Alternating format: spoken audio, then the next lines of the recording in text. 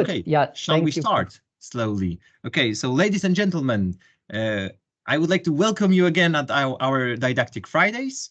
And I present to you Lorenzo De Pietro, the educational developer at ETH Zurich. And he will have a speech on how to change curriculums and how to handle this crucial issue. So Lorenzo, the floor is yours. Thank you, and thank you for having me here.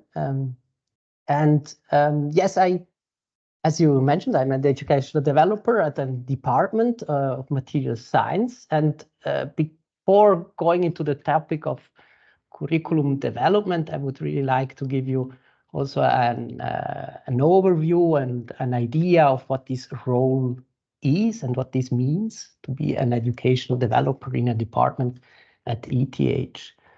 That's why I will start with just our home, ETH, and then our role as educational developer. And then in the third part, go to these challenges that we are facing, focusing, of course, on my department. And I hope by then it will also be clear why. So Zurich, here is the map of Switzerland. I think you might be familiar with where Switzerland is located within Europe and where Zurich is located within Switzerland. It's here, it's the German-speaking part of Switzerland. And in Zurich, in the center of the town, is the ETH main building. Some of you, I think, have been also here and visited us. And well, this is now a picture taken at a very sunny and bright day, but we have fortunately a lot of those days, and we have a nice lake here that you can see a bit in the background. My department and myself, I'm located not in the city center, but on the Hönkerberg, which is an outside campus of ETH, a bit outside the city. It's located here on a hill. You kind of can imagine the topography or the landscape here. It's maybe not too easy to get all the details because of this view from above. And the city center and the main building of ETH is located here. So here you can see the university building, which by the way is this one, just close to ETH. And you can see a little bit the tower here of the University of Zurich. Well, and this is the rest of the city, and here the big lake. And material science is located here in this building, HCI, where you have also, some of you have visited us. And some numbers about ETH.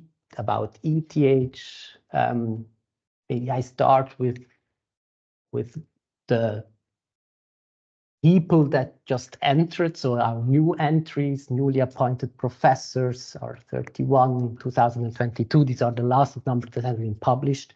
These days, actually, the numbers of 2023 should come out.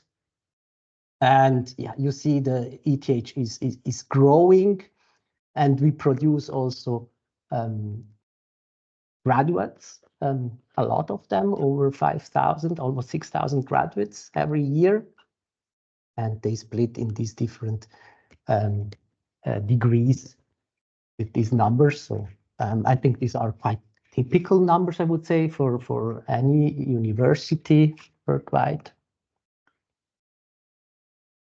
And when it comes to the people, a bit more in general, so these are the, let's say, the incomings, the outgoing, and the situation in terms of people. We speak of roughly 25,000 students from 120 countries.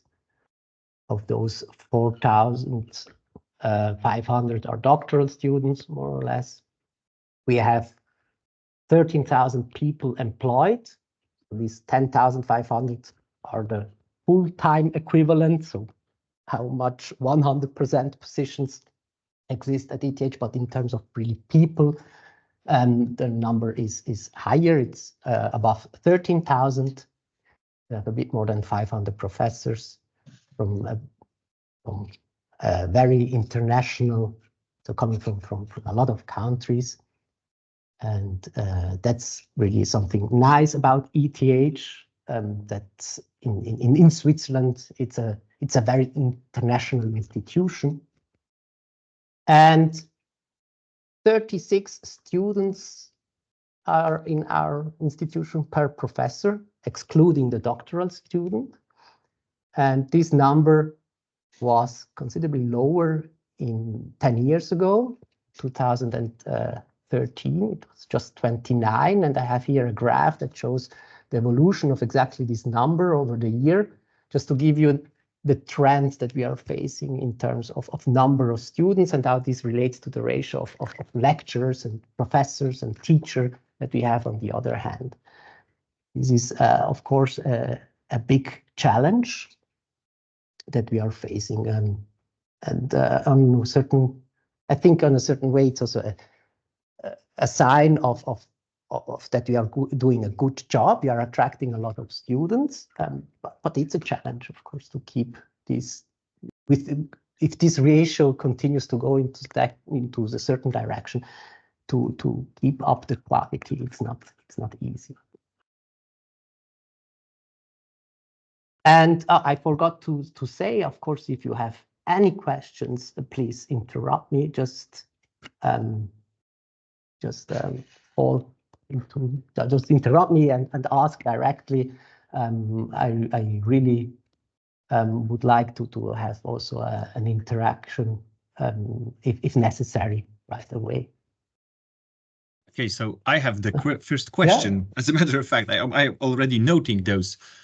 So you are showing those percentage here, for example, new scientist staff, 2,814. And what is the 36% in here? I haven't caught that. This is the amount of increase? Here or where? 36? Yeah, 36%. What are those percentages? No, it's students per professor, not percentage. So at the left upper side, I mean. There is information about, yes. Here? Mm-hmm, yes. It's the female percentage of scientific staff. So 48 female professors and 36 at the level of staff, new incoming, were male. Yeah. Okay, but the amount of professors is quite interesting because as far as I remember, at the Gdańsk Tech, we are having the number which is 36 here. At our university, it's around 15, as far as I remember. 13 at our faculty. So yeah, you are having a lot of students. Yeah. Yeah. Okay. Sorry for that's the recent trend. It's again, we were talking before about the climate and the climate change, and this is exactly the rate is the important fact here. I think it's the speed at which these numbers change, and currently we are in a phase, I would say, that is challenging in terms of how fast this number changed, of incoming students. Maybe if I also go back, you see here the ratio between the incomings and then the graduates at the different levels. It also gives an idea of course, also a certain dropout that we have. Okay, thank you. I'm satisfied. Yeah. And in the next slide, I would just like to show you, if you don't know it already, a bit the organization chart. It's now a full slide, quite complicated, but of course we have a president, we have a rector, and some vice presidents. And important to me at this point is to point out that we have 16 academic departments that are noted here, and I just show it a bit on a larger scale. These are the 16 departments, and in these departments now that are covered with a blue or marked in blue, there is an educational developer present. So currently only two departments have no educational developer for different reasons. Actually, interestingly enough, both of them used to have one. But at the moment, this position is not covered. And that's actually something new in the history of ETH, that we have such a high coverage of educational developers for many years. So when I entered ETH in my position, only a few departments had one, more or less half of them, or a bit more than half of them. And only in the very recent month, actually, this coverage became almost complete. Or the interesting part here is that at least every department had for a while an educational developer. And then there are also educational developers in the continuing education. So one of them is taking care of this part. And he also belongs to our network. And another educational developer very recently joined from a group that is called PB Labs. So it's a project-based labs located at the central level. So let me go back to the organization chart. I'm speaking here. So these are the departments where the education developer as me are normally located. And then there is within the rector staff, there are different services, and there is, for example, one of these services or in the education development and technology administration department is a group that deals with project-based learning, and there we have an educational developer. Same for the continuing education, which is up here. And if I go into a bit more detail of what the rectorate, so the centralized part, so the part I was covering before, how this looks like, well, their organization chart looks like this. We have the rector staff that say covers a bit everything and supports the rector in all of his businesses and strategic development projects. We have the academic services. This is an administrative part of this business of the rector. So for us, educational developer, less interesting. Also less interesting are the activities of the student services that go into direction of orientation, coaching, counseling, etc. But the most overlap we have with the educational development and technology group, or group at the rectorate, where the curriculum development is supported, the technology support is there, the online examination, etc., etc., etc. So we have really a strong connection to this educational development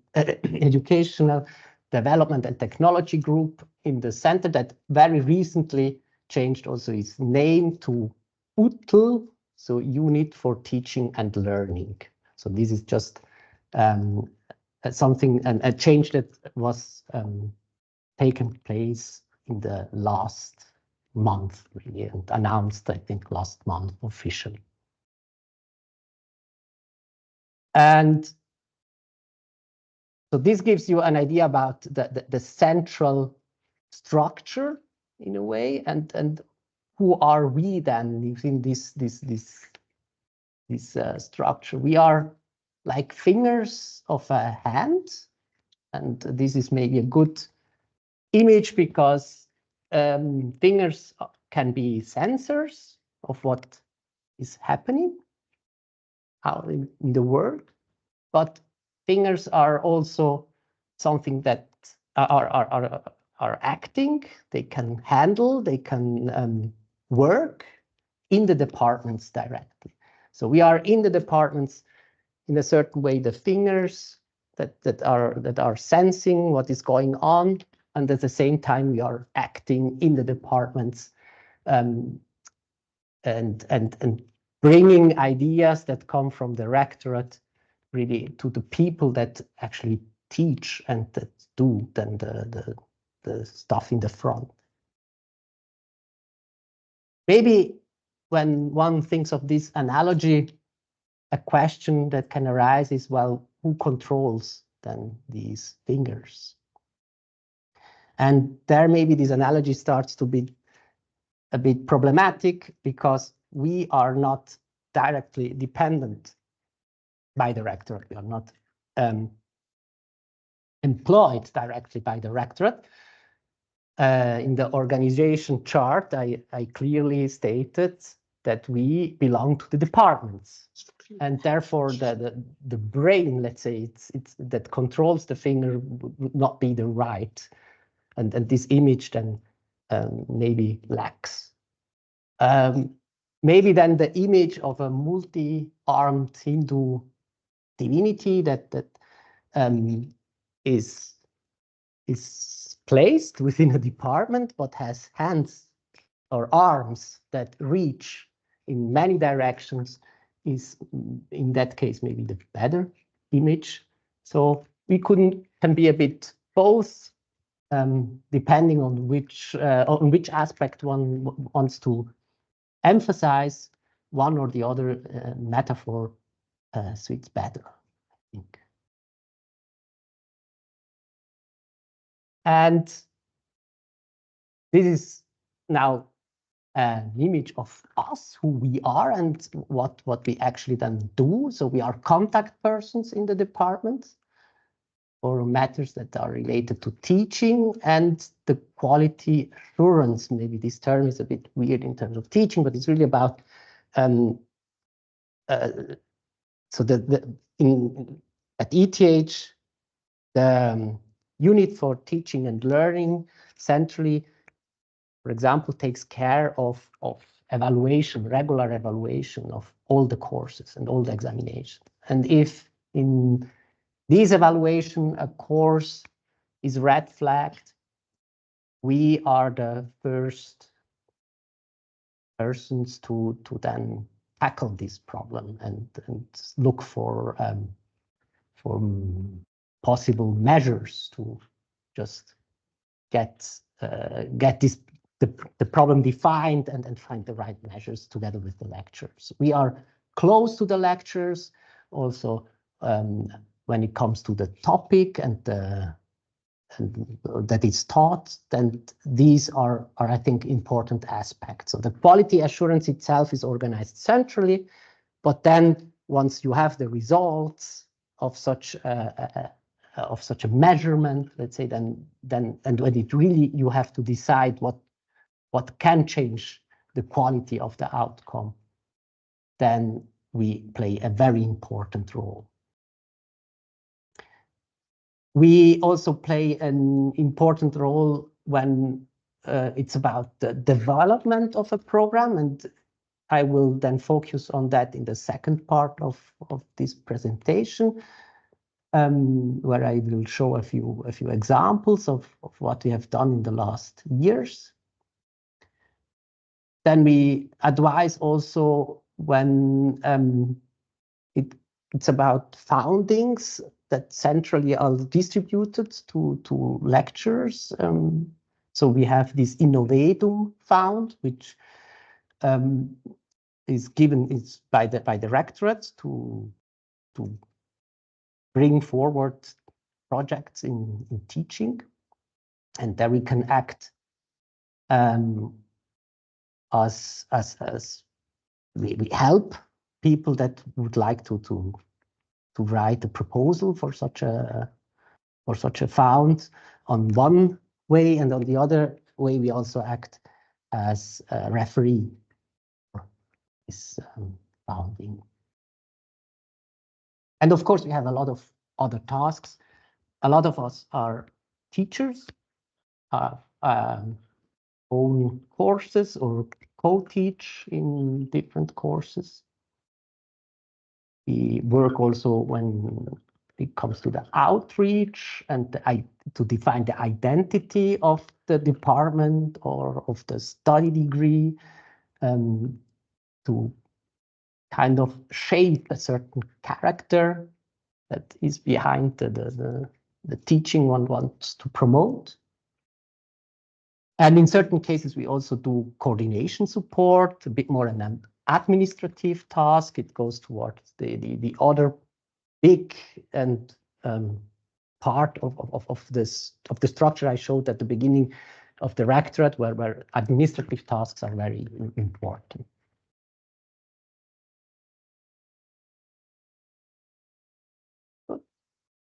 So this is, let's say, the first part where I wanted a bit to define and explain what we are as educational developers and how our network works. Something very important I forgot to mention is that the network meets very regularly. So we meet once a week. We alternate between very formal meetings or slightly more formal meetings and very informal meetings, and that's quite a lot of contact we have.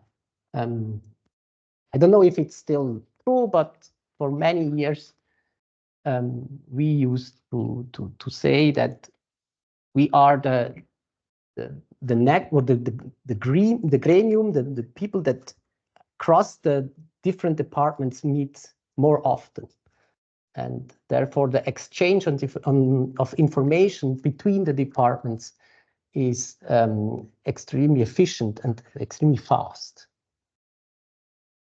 That I think is still true, actually. So we are. Okay, Lorenzo, we are having a question. Yeah. Okay. Yeah. Grzegorz Robak, Warsaw University of Technology. Could I ask you what is the position of this educational developers? What status have their people? Are there rather academic teachers, or are they qualified as administration staff? And how? Yes, maybe very this good question. one. Yeah, thank you. We are all employed in a permanent manner as administrative staff. So no scientific staff, because that would be within the ETH rules, let's say, a bit more difficult to do. So we are all administrative staff, but we all have, most of us actually, with one big exception, I would say, we all have a strong background in the field we are in. So for myself, I'm a physicist, but solid state physicist, so very close to the material science. And so all my colleagues actually are mostly used to be scientists, or at least have a PhD in their specific field and teaching experience in their specific fields. We all share that, yes. And that's, I think, it's also an important aspect of this being part of the department. And we try to be peers, or we are peers in many ways to other lecturers and colleagues, yeah, within the department borders. So yeah, we are actually together. We are and this is not homogeneous. Again, it's difficult to explain. That's why I didn't put it also in a slide, because in every department, then how the organizational chart there looks is individual. So where the education developer really is positioned within the organization of the department can change quite a lot. In my case, for example, I'm directly, so I'm in the staff of education, so Lehre at the department, educational staff, and my direct supervisor or boss is the director of studies. This is quite common, but it's not established the same way everywhere for all the educational. Thank you very much. Okay. Welcome. Other questions that regarding the position of educational developer? Yes, I would also have one. Maybe we talked about this when we were at ETH, but I do not remember, and it's quite interesting because you told about this support for the whole department, that you take care about the programs and so on. But my question would be whether educational developer is also giving like the individual support to the teachers who may need it. Like, for example, they want to change something in their teaching methods, or they just need some support in the development of individual skills or whatever. So is it also your task to give help, or maybe you have another staff to spread this activities? Absolutely. This is part of my task. And I would even say this is an important part of all of our talks. So we share exactly also this aspect, all of us. So the one-to-one contact and support is very, very important.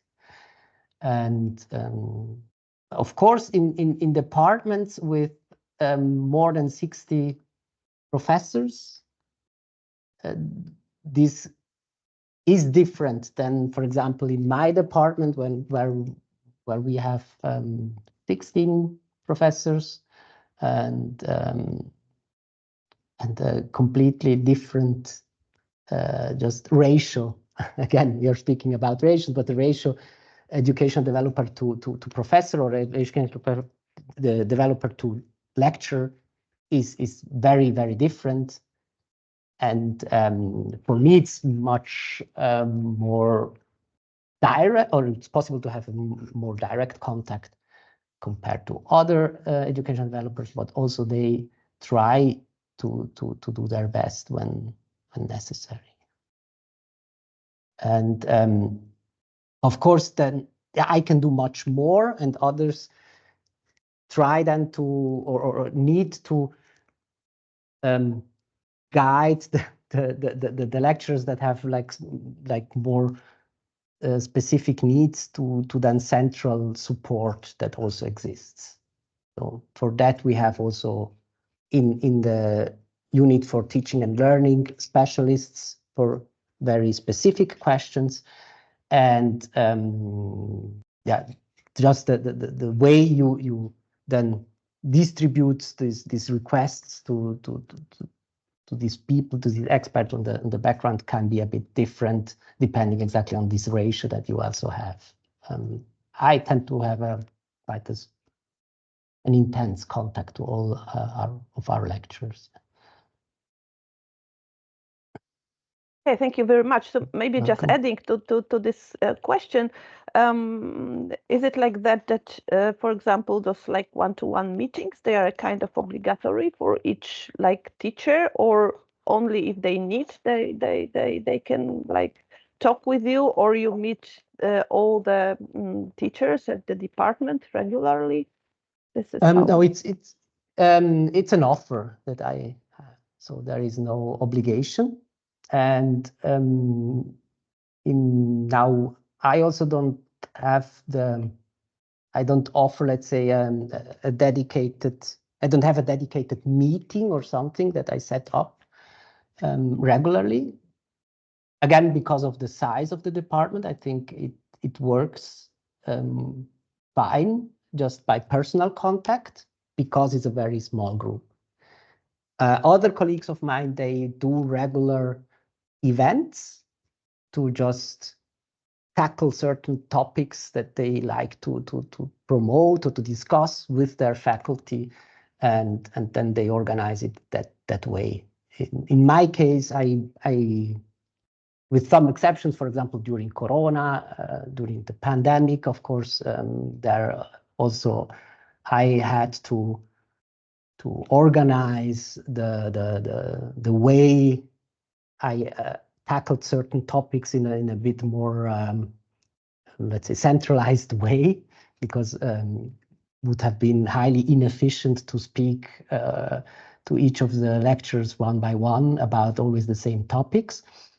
But apart from these situations, I really try to have an individual contact where we really can speak about the personal teaching and environment they want to establish within their classes.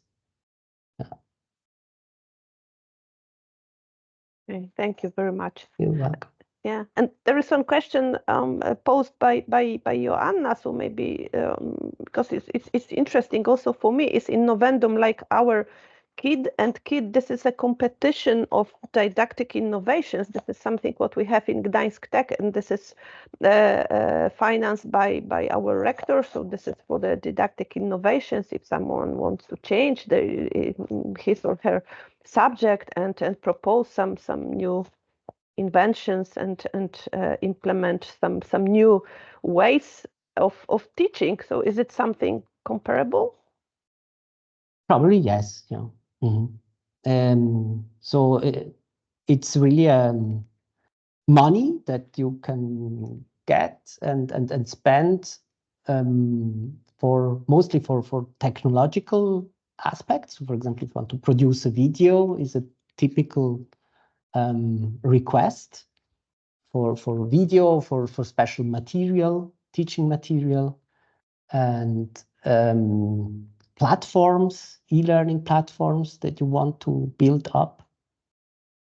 So these are the typical requests where extra money, extra funding is needed. Yes.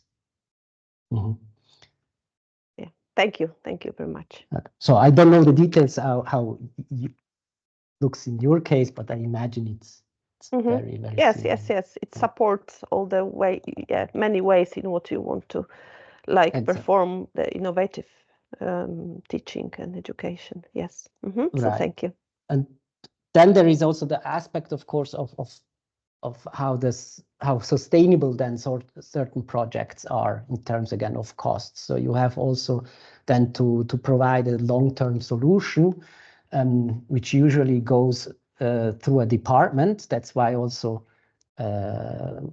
educational developers become very important, because we are also trust persons within the staff of the department, let's say, and then can also judge there whether this then can, on a longer term, also when the costs decrease, become like a standard offer of the department for all of the department's lectures. Yeah, I think it's important. We have exactly the same criterion in our competition, the sustainability regarding the time. Yes. Yeah. These are crucial aspects there too. Yes. Yes. Thank you, Lorenzo. Thank you very much. Good. Then I would maybe then go on with, let's say, more the second part of the presentation, and some of you might then recognize a few points from when you visited us here at my department, actually in the materials design lab. But for now, I just want to make a list of current challenges that I'm facing at the Department of Materials at the DEMATL. So we have, when it comes to curriculum development, and this is what I will mostly focus on, we are planning a new study program, which is called Interdisciplinary Engineering. And we are just coming through a phase of longer curriculum revision in our core study program in material science.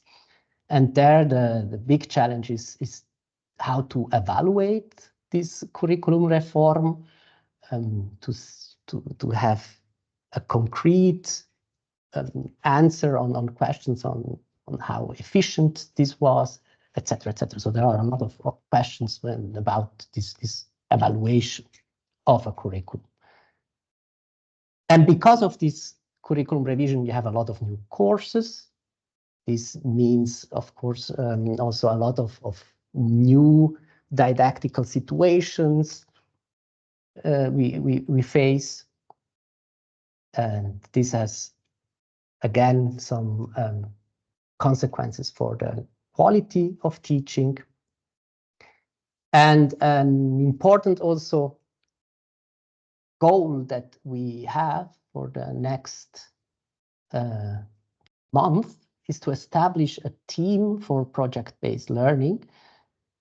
We hope that with that we can increase the impact and the quality of project-based learning. We can increase the redundancy in case also certain lectures are ill, cannot do certain what they are supposed to because things can happen, an accident or whatever. So it's good to have a team, and also because then it's good to have resources that can be shared. So to also increase the efficiency, and because we need that if with a new study program we attract more and more students. So making now a step back, so to the, let's say, to this point, so the evaluation of the curriculum revision, maybe I now in the next slide will try to explain you what we did, what this revision was about. We made a big revision of the material science curriculum, actually because simply after 15 years, and we had an old program that was old. We had a program that existed for 15 years. Students lacked some hands-on part, lacked some engineering. The faculty sometimes was questioning why they had still to teach certain topics when their research was something completely different.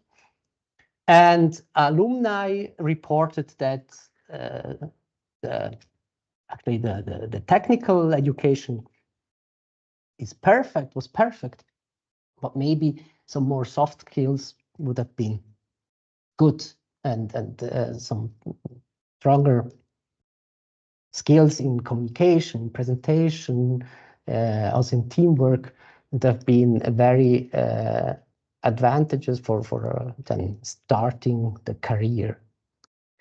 And that's why we actually chose to change, or we thought really what is then material science for us? And this brought to a change in understanding the topic itself, because before material science was taught in classes, you can imagine there was a class on a material class like metals, one on ceramics, one on polymers, etc., etc. The point is that our faculty does not have a group of metallurgy anymore. They don't do research on purely on ceramics. The groups now in our department, they are called soft material or living material or material theory, and they don't really care about the class itself. They care about certain characteristics of the material much more. And so the thinking the way the department sees its own field kind of has changed, and we wanted to represent this also in the curriculum. So this was one really driving motivation to change the curriculum. And actually, this can be shown very well in this tetrahedron. So instead of having material classes, we actually want to map our field with this tetrahedron and with the processing, performance, properties, and structure of materials at the cornerstones, and the characterization is the piece in the middle that kind of where everything else rotates around. And if you have this map or this model of your field in front of you, then it's quite natural to define then how the courses actually in such a curriculum should look like. They don't look like materials, metals 1 and 2 anymore, or polymers 1 and 2, but the courses will be materials processing or materials characterization. Mechanics and thermodynamics is also needed, and of course, you will have also a lot of basic core. I would call it a certain base that you have that you need to build everything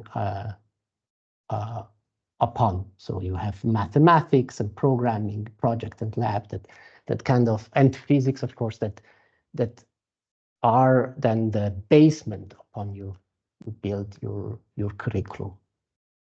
So again, no materials classes anymore. And yeah, this had a lot of implications. So in more concrete terms, what this meant is that we try to increase also the engineering aspects of the curriculum and of our education, but still retaining scientific rigor. This is also important because we didn't want to prepare our students only for let's say a career in industry, but also an academic career. On the same time, this was based on a contemporary description of material science, on a modern description, on a description that where also the faculty could really see itself reflected into. And we also wanted to, or we thought that these goals of for example, increasing the engineering aspects can be really fostered with contemporary learning formats, with project and hands-on activities, and overarching thinking, and therefore develop both subject-specific and personal skills, the same way, also transferable skills, and tackle them in this more active learning environment. This process was long to build such a curriculum revision. It took many years. It started back in 2017, and it soon was formalizing this question. So who is she? Who is the material scientist in 2030? We defined the structure of the new curriculum, started to distribute then the content and really designing the new courses, basically of the department's own courses. So I'm not speaking of the service lecture, we call them service lectures, or courses that are a service from other departments like mathematics or physics, but really our own courses, none of them really stayed the same. We changed every course, not only the name, but also really the content was completely redeveloped to this new structure and to this new goal we were aiming at.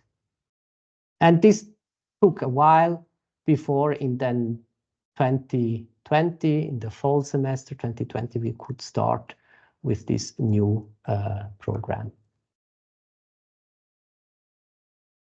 So the process then was structured with so from the project team, so who actually worked on that. So this was the study coordinator that worked a lot on it, and of course the educational developer, me, and the director of studies as a responsible person. And then 3 full professors that also helped during this process. We had a lot of meetings, of course, where we had inputs from all stakeholders, from the faculty, from the lecturers, from students, and alumni.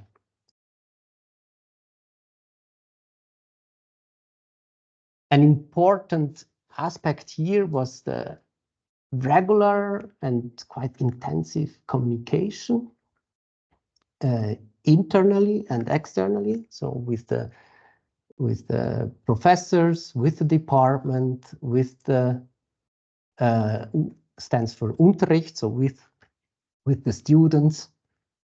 And we had always a very open door policy and personal blog of the director of studies that was very, very well received internally, but also externally on an international level. There, also international connections of our director of studies were really helpful, and this had quite an impact on the whole process.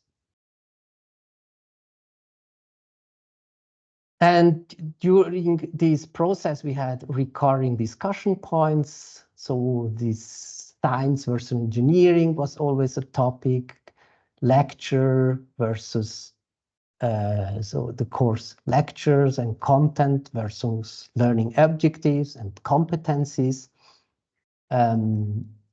It's difficult always to think only on learning objectives and only competencies, and not just make a list of like a table of content that you want just to work down and shift around. But it's always necessary at the end. You are not writing a book.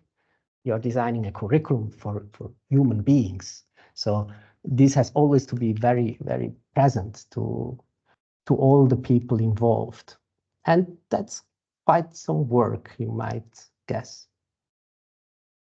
And then, of course, this whole world of projects and project-based learning. And we are still working on that. I will later on also maybe show you a few slides on the most recent work we do in that direction, also connected to the interdisciplinary engineering program we are building up.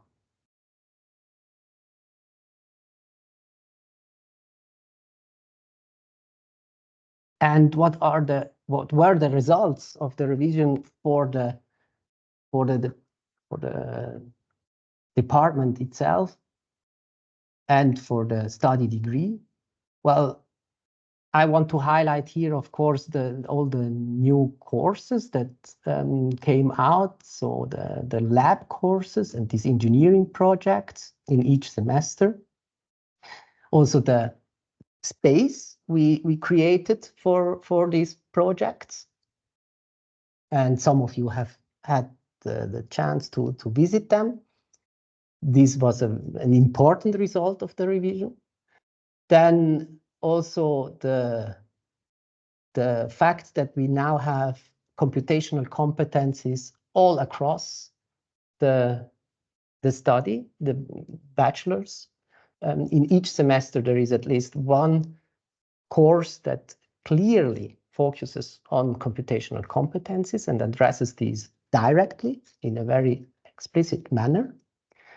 And we have a completely new course structure, as I mentioned already before. No material classes anymore, but really tetrahedron that represents the whole field of study of material science. And I would also say that an important part was really the way we then were able to bring this view of the field of material science we had, of modern material science, into a curriculum. So this representation was very, very important.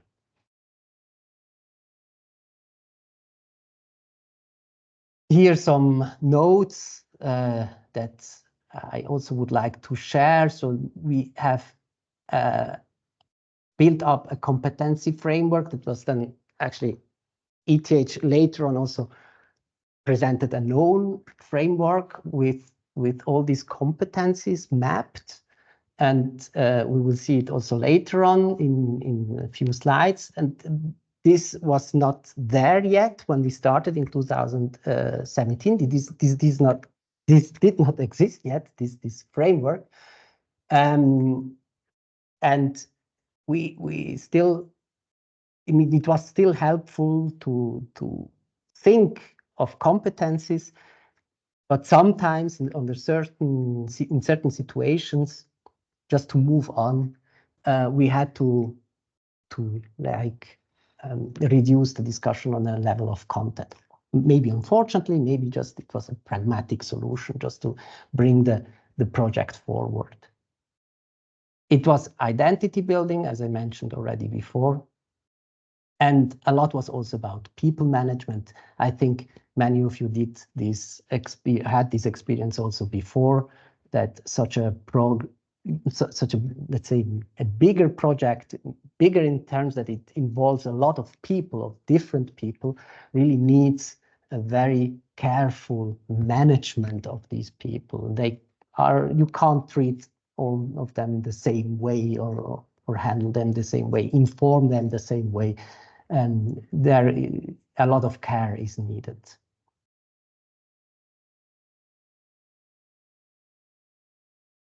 And the situation is that, or what came after then these revisions, that we needed to also revise the master. Now the master started last fall, so we have also now a lot of new courses on the master level, because of course you have to build up on a new, you're building up on a new profile also of students. And this is now the big question I'm referring to also to the challenges a few slides ago. Did we succeed? Are we able to measure the change in our alumni, in our students that then get a degree? And this is still an open question. So what can we use as benchmarks for our success?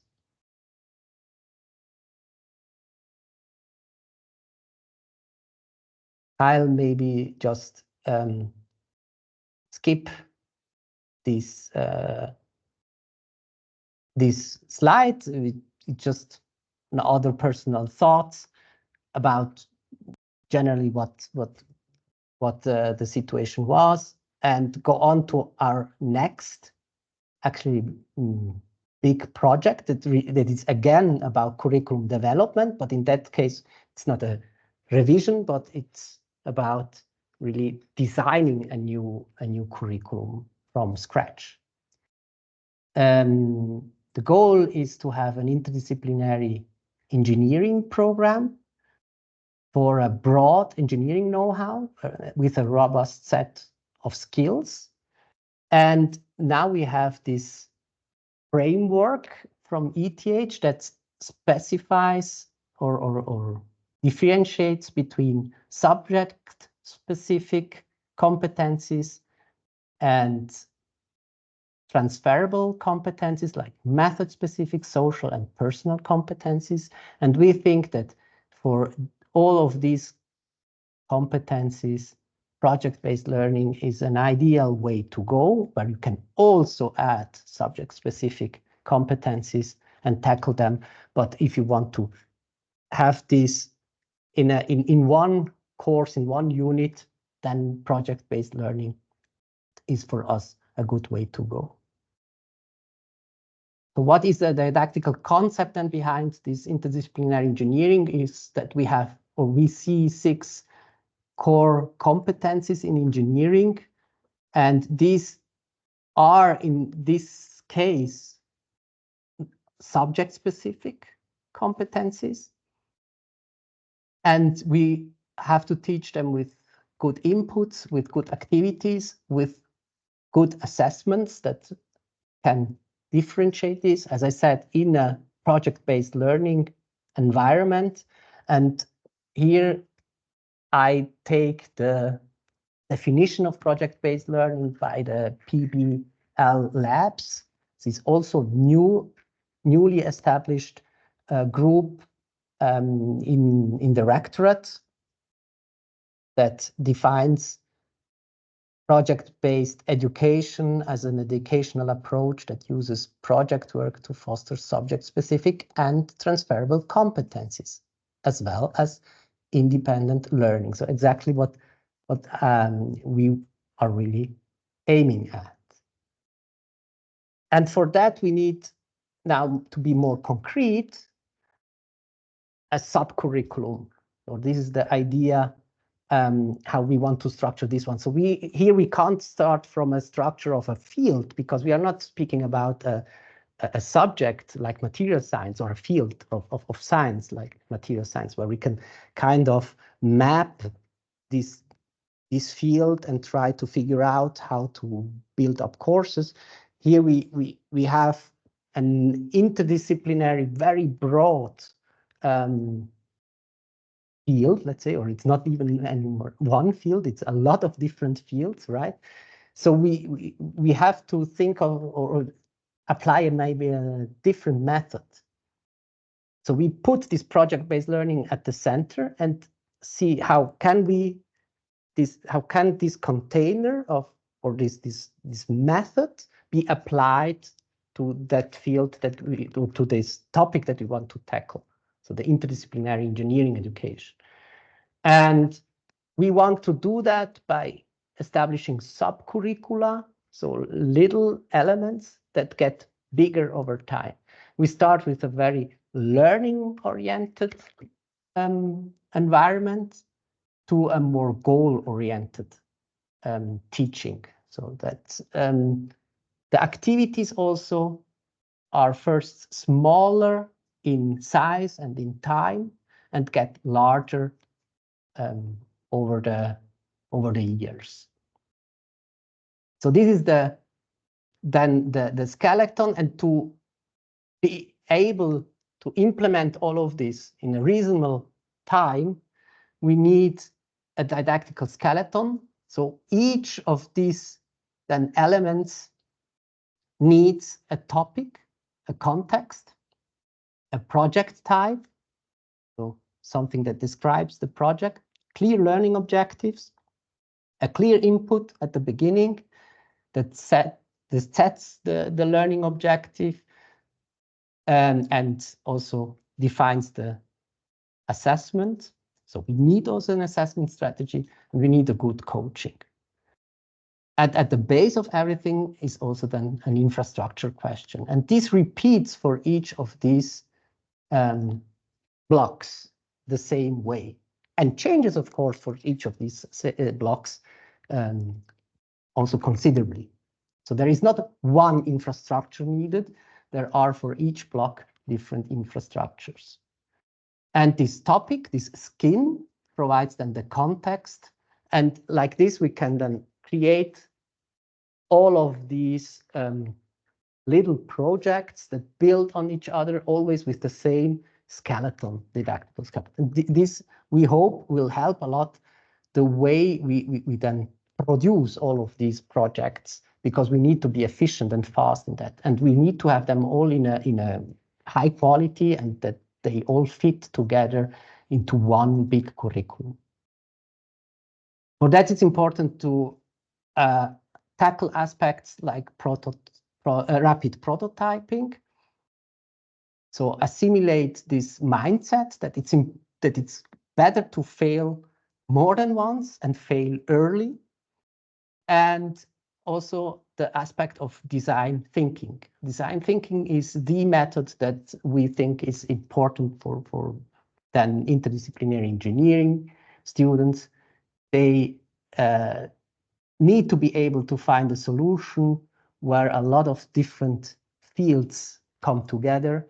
That's why they have to get all of these tools and or this way of tackling problems from day one.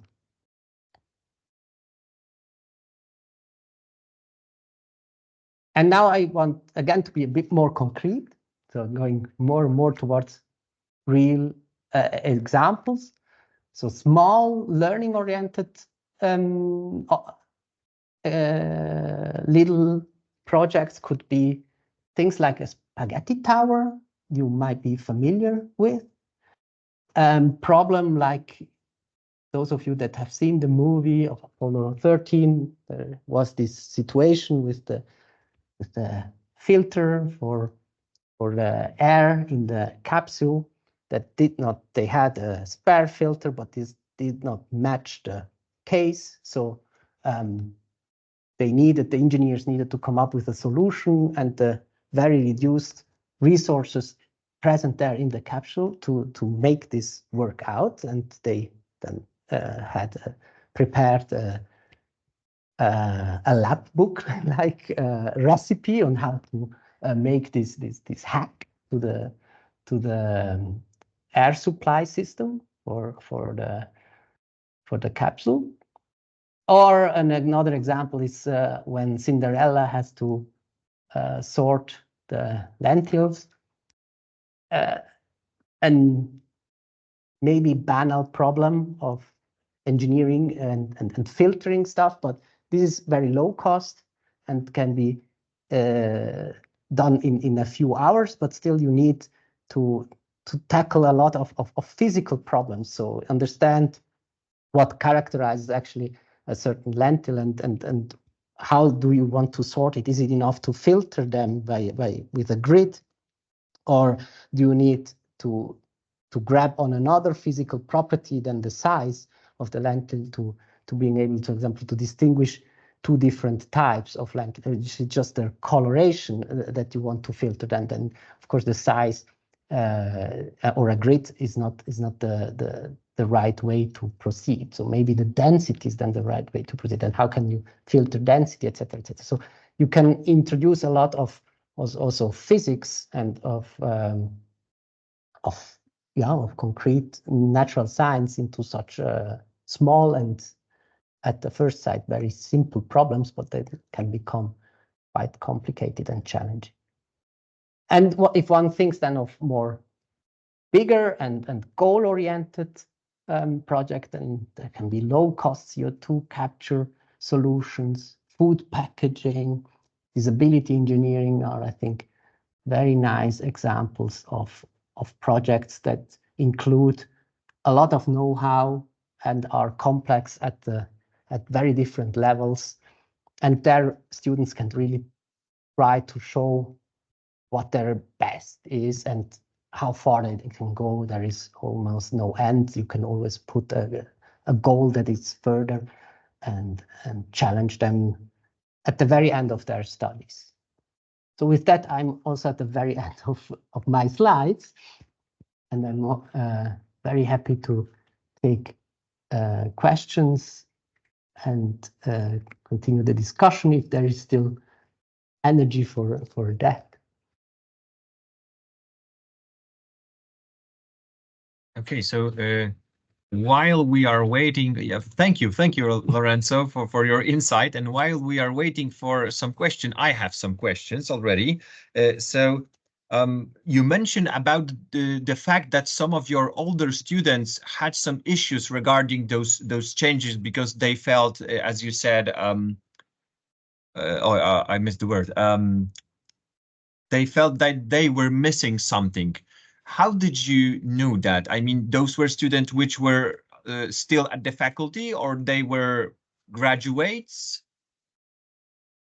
But well, of course, we faced a period where of time where we were introducing the new curriculum, and we had students still studying in the old track and parallel at our institution. So when I mentioned that, I was referring to, let's say, these few of these students that were still in an old track, that then saw how much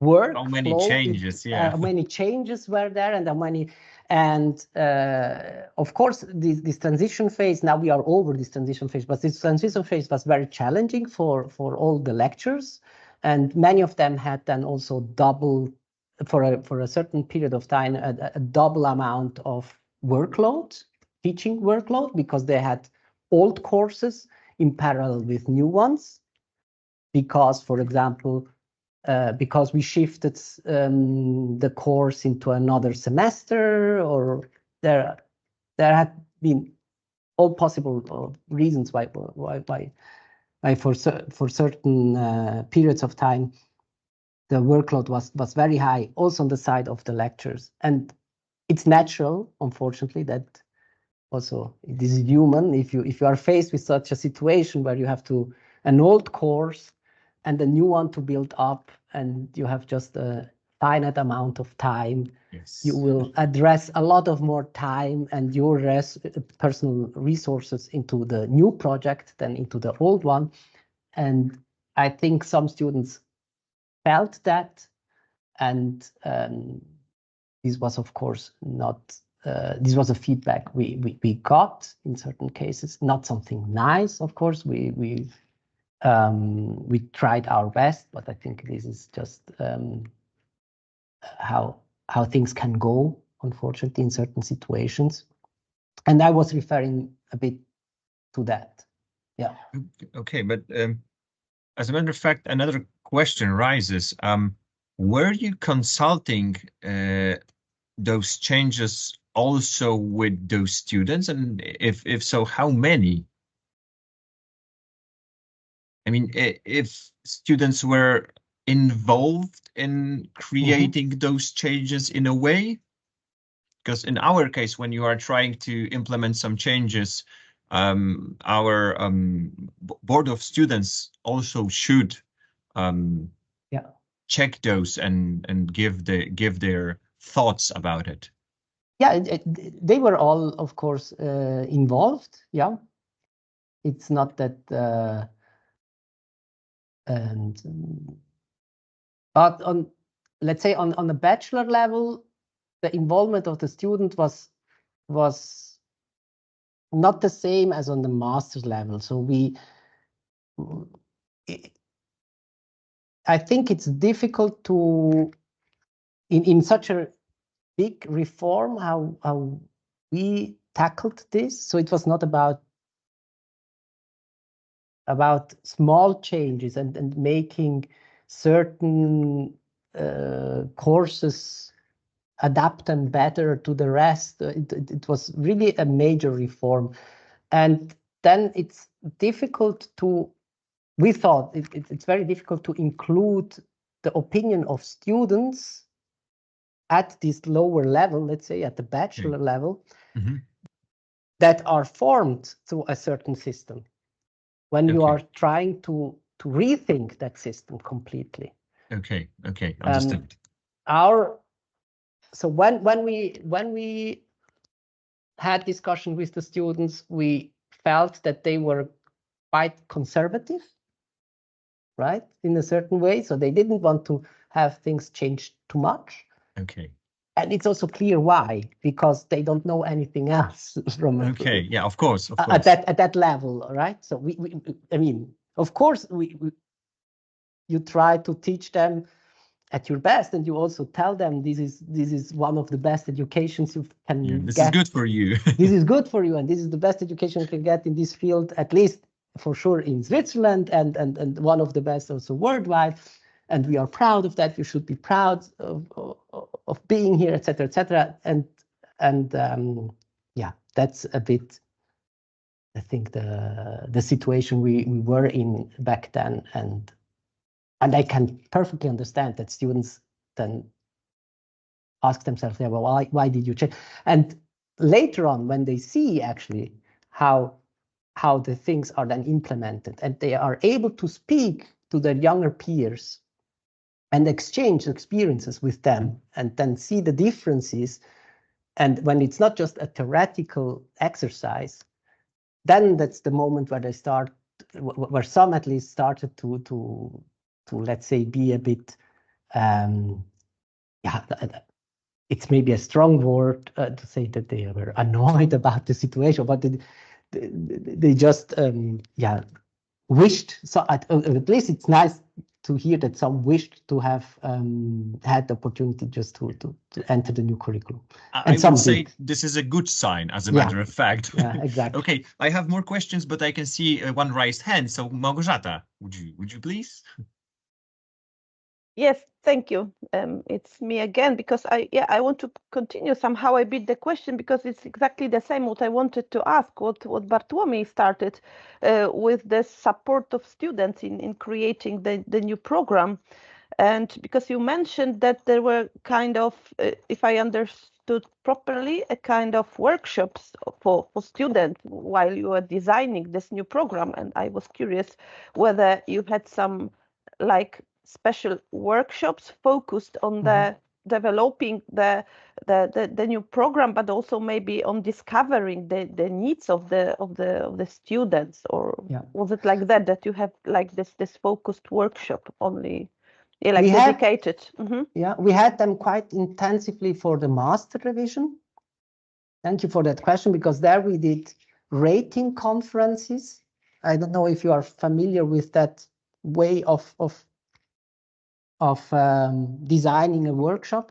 In a rating conference, we prepare statements, and we prepared 10 statements on the current curriculum. Some statements were just quite strong, like the curriculum is not challenging enough, and the curriculum is like is too long, or now I don't remember the exact wording, but we tried to find good points around which then a discussion can start. And the students in a first phase were then just asked to rate all of these statements. So for example, the curriculum is just not challenging enough, and they rate it quickly. And then in a second phase, the results are shown, and based on these results, then discussion takes place. And we split the students. So we invited master students that came from our own bachelor. Then we invited a group of incoming students that were back then studying in the masters, but incoming from a other university with another bachelor in material science, but from another university. And then we did the same workshop with a group of alumni that were not too far away, so maybe 1 or up to 2 years, had their degree in the last 2 years or something like that. For sure not more than 3 years. So people still very fresh from theirs. And we designed a lot of the new masters around the outcome of these discussions. There we really put that in the center, because our bachelor had a very closed design, as I described it in the slides, right? So we tried to pack in there, guided by this question, the material scientist 2030, who is she? we tried to complete the profile as best as we can. And then in the masters, go for the specific topic or the specific questions that still are open to students and things that they really would like to deepen and how they would like to have the study structured. I think there the question was much more important at that time, and that's why we did it that way. And we tried to get their feedback primarily in this way with a very organized with these organized sessions. And the working group that followed the whole project included also students, whereas in the bachelor, I've shown there in the slide, we were the director of study coordinator, me, and 3 professors. No students in the working group for the bachelor revision. Yeah. So really, really different approaches, but the reasons are those. So we tried to have a more topic-oriented process in the bachelor and a more, let's say, human-oriented, student-oriented process for the masters by design. Yeah, thank you very much. It's interesting, and I'm also from the faculty.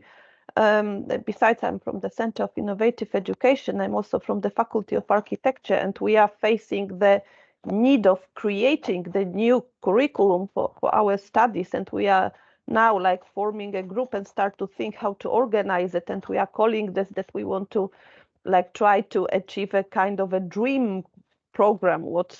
It's like we are calling this now, so we want to start. So for me it's really interesting how to involve actually all the stakeholders and how to have students involved, because as you said, they are very often quite conservative because they do not know what they may change or what they really need, but also sometimes they do not want to have the things change because they are afraid that maybe it will be, exactly. Yeah, for different stepping reasons. out from the comfort zone. Yes, exactly. Yeah. So yeah.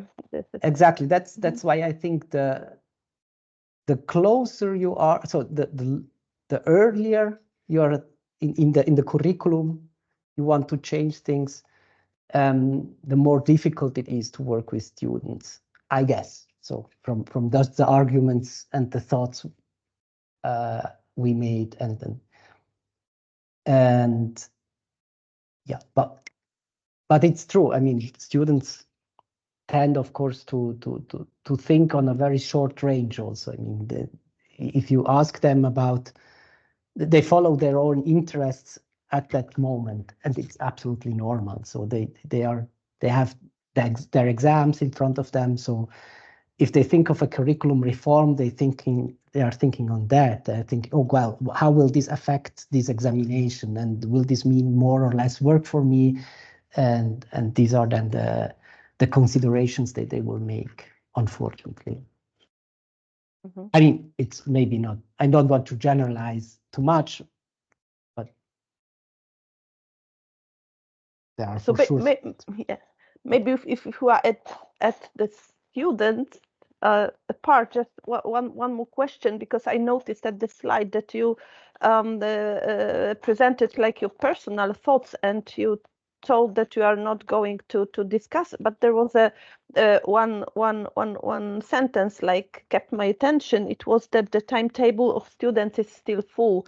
So are you dealing also with the problem that students are overloaded with the working hours? Because once I was discussing with Roman, he's present also at today's meeting, and he was counting that if we add all the ECTS points, that student needs to be present at university and then has to learn individually at home, it counts like per day, it's 12 hours or something like that, without having time for journey, for personal hobbies, for sports, for recreation, or just being himself. So yeah, this is my question is, have you the same problems? Thank you.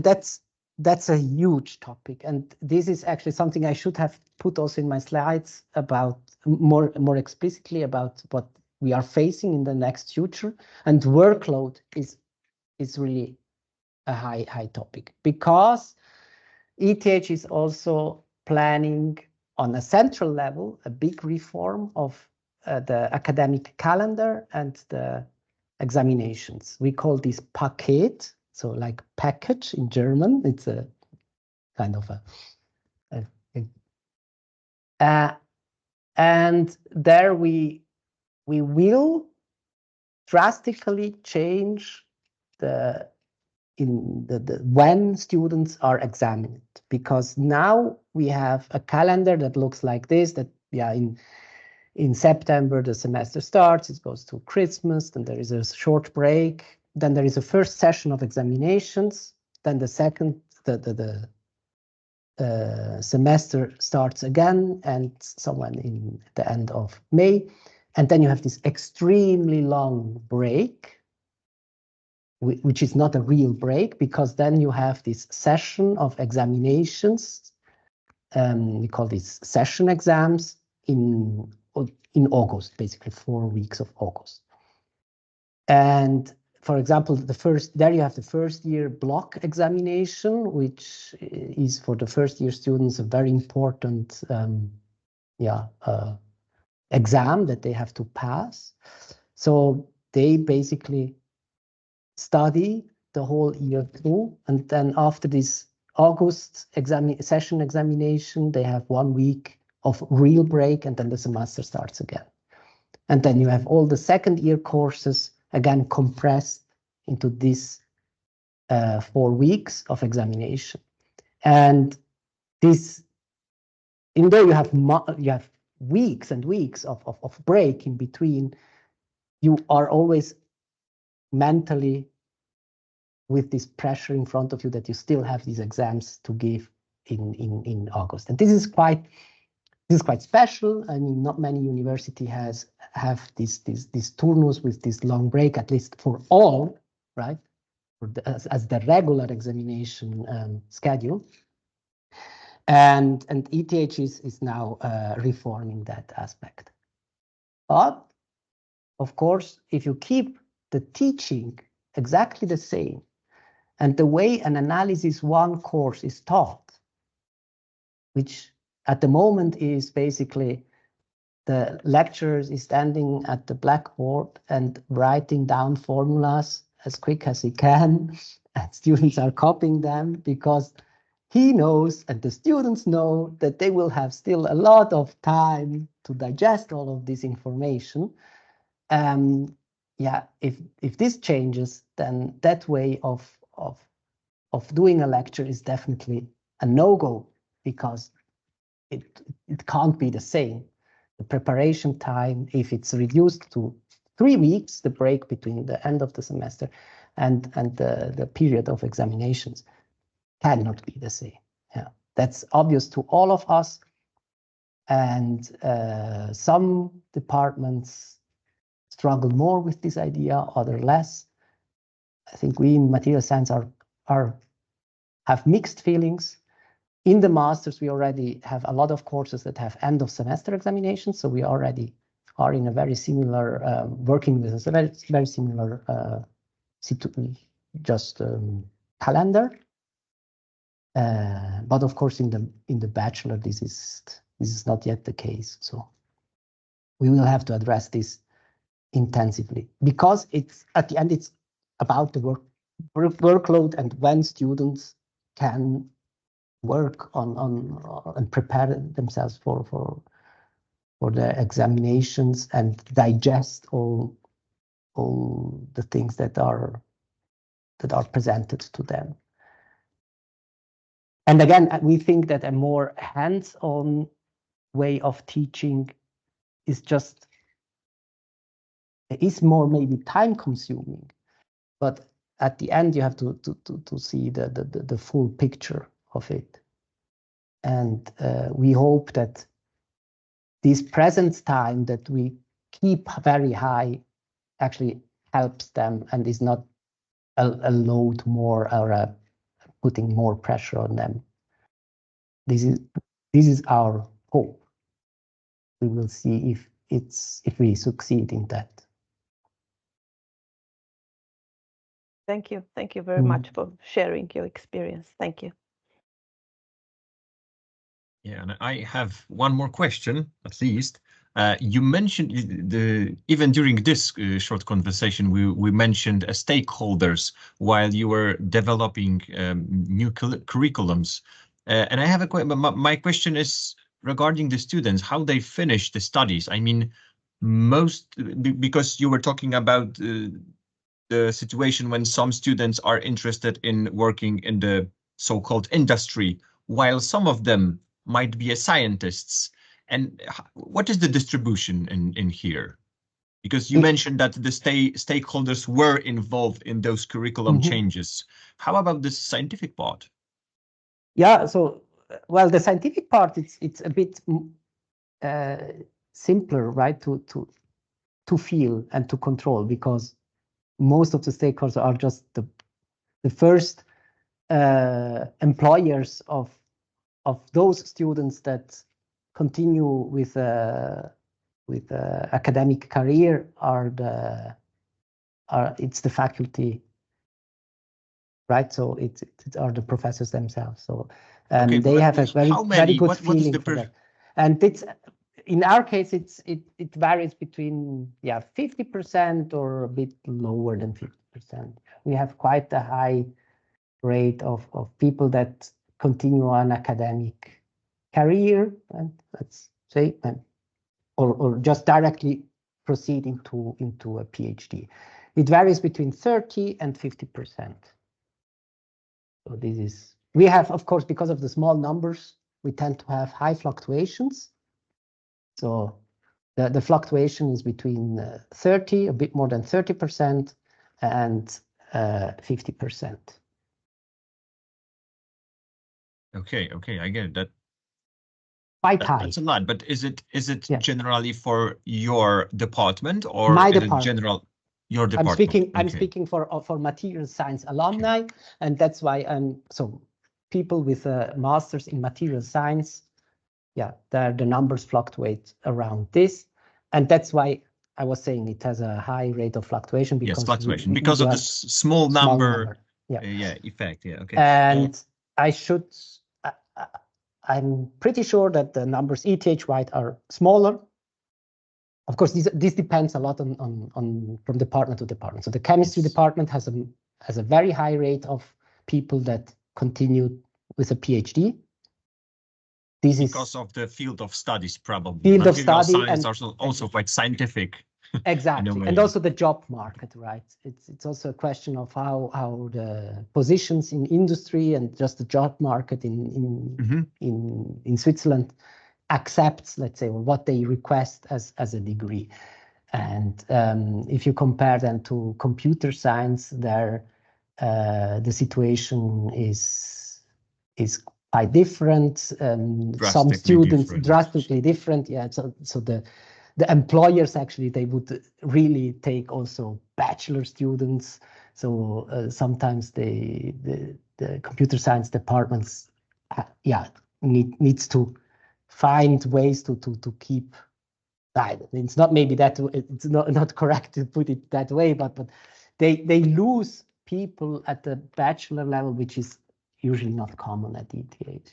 Yeah, as a matter of fact, this is the same phenomenon is observed here at the Gdańsk Tech. So just the same thing, probably because of the market. Exactly. So these are things that I think are mostly dependent on the job market.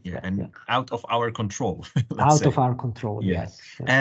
And I have another question, because you mentioned that you are having 16 departments at the ETH. Am I right? And you said that only 12% of those faculties do not have educational developers, like two of them Yeah, am I Only right? 2 of them do not have it right now. Yes. Yeah, but I saw that on the picture that you were showing. There were 16 people. Some of them were from the rector's office, and because I understood there is one educational developer for a department. Am I right? Exactly. There is one for a department, but there is one for the continuing education, which is not a department, and there is one for PBL labs, which is also not a department, but is this new established group. Then the situation. So this picture was not a recent one. So on that picture, I think. Yeah, it's a bit more complicated. For sometimes, so there used to be also a department that has, or there is one department that has 2 education developers, but they just share their position, 50%, 50%. So it's physical 2 persons, but 1 position. And on the other hand, back then we had still 1 educational developer that worked for 2 departments. This is not the case anymore. So, yeah. Okay. They split again. So, okay, yeah. But and I have very careful. Yeah. I was listening and looking. Okay, and one more thing that caught my eye was the fact that you mentioned that at the ETH you have like scientists and employees from 120 countries. And which language do you use? Is it mostly English, because that part of of the Switzerland is German speaking? Yeah. So are classes in German or in English? Because I'm lost in here. That's a good question. Yeah. No, we start with German. So there's a clear directive by the rectorate on that, on the language, and the official language in the bachelor is German. Okay. In the master's course, in the master's programs, the official language is English. And there is then within the bachelor a transition of from German to English with well-defined amount of teaching in percentage that is allowed to be in English. Okay. So if someone is not a German native speaker, he might have some classes even at the bachelor's level, but at the 3rd year, for example. Yeah. Yes. Is it done like that? Okay. Yeah. Okay. Whereas at the master's level, so the golden rule, let's say, is that or it's not a golden rule, but in practice, what we try to do, it's if at the master's level, one person asks for English, then everybody should switch to English. If at the bachelor level somebody asks for German, then everybody should switch to German. Okay.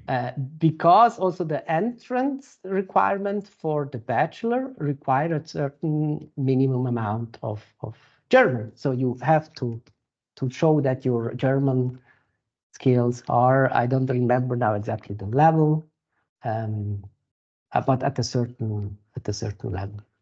Okay. B2 or something like that. Yeah. So is it for the bachelor, not for the master? I understand. But regarding these small differences between bachelors and Master of Science, what about, for example, Erasmus students who are mostly trying to have courses in English?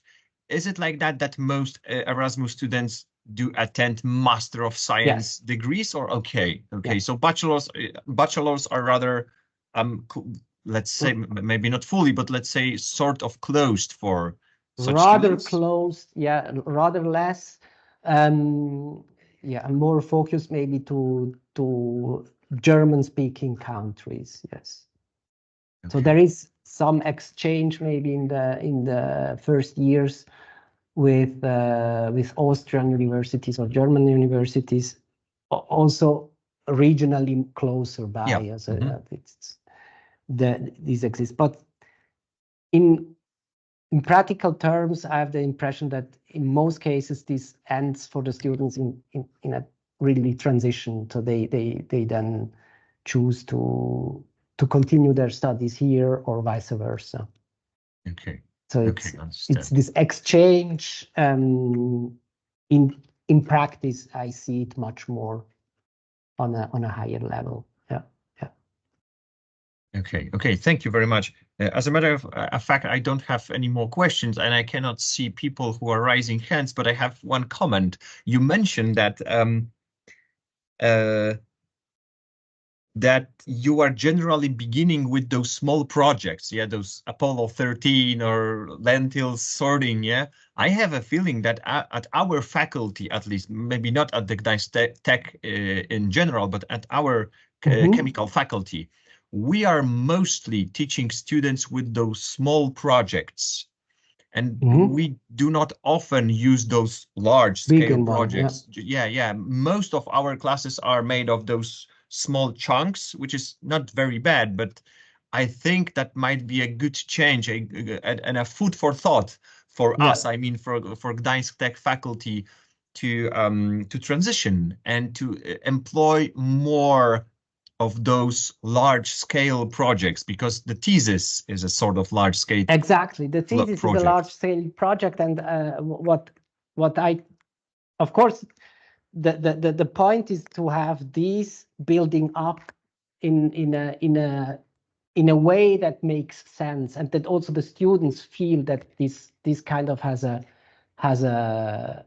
design behind it, and it's not just a random sequence and clustering of activities. Yes, and but the logical one, but it's a logical progression, and for that's why it might just seem a bit simplistic and not. But I think that the important thing there is really that you point out what or make it visible also with a simple graph, but that there is a design and an evolution that you expect from the students, and make it explicit. This is my message, and that's something that at least here was not the case, or was not. So students do maybe small stuff, and then out of the sudden they are thrown into a very big project, right? The focus project or a thesis, and that step is then large. And I think and with your design you can soften the step. Exactly, it's about softening the step and keeping the important elements, scaling them up, such that they don't get lost by with a too big step. Because I think that in some cases with these big steps, students then focus on certain aspects and neglect many others, because then they are overwhelmed by this change, right? So they really then focus only on, for example, time management, and they really think a lot on how to keep them track of their time management, but they neglect completely other aspects that are as important as just time management. I know, maybe just one maybe. Yeah, and as a funny thing, this is, as you mentioned, this is always around pain, and I have that dream that our faculty would like to feel that pain of transitioning from only those small projects to maintain those, to add those medium projects. Let's say that would be very nice to have those, and I hope the change would be worth it. So thank you very much. I can see that nobody is raising hands. So thank you again, Lorenzo, for your cool speech. And I think we are all having a lot of insight and a lot of food for thought for the future. Thank you very much for your interest and for having me here. It's a pleasure. Yeah, for us. And let's keep in touch. If you have any questions, course. You have my contact, and I'm happy to hear from you. Okay, so thank you again, and see you soon. Hopefully. Thank you. Thank you Bye. very much. Thank you. Lorenzo. Thank you. you. Thank you, Lorenzo. Bye. Bye. Bye. Thank you.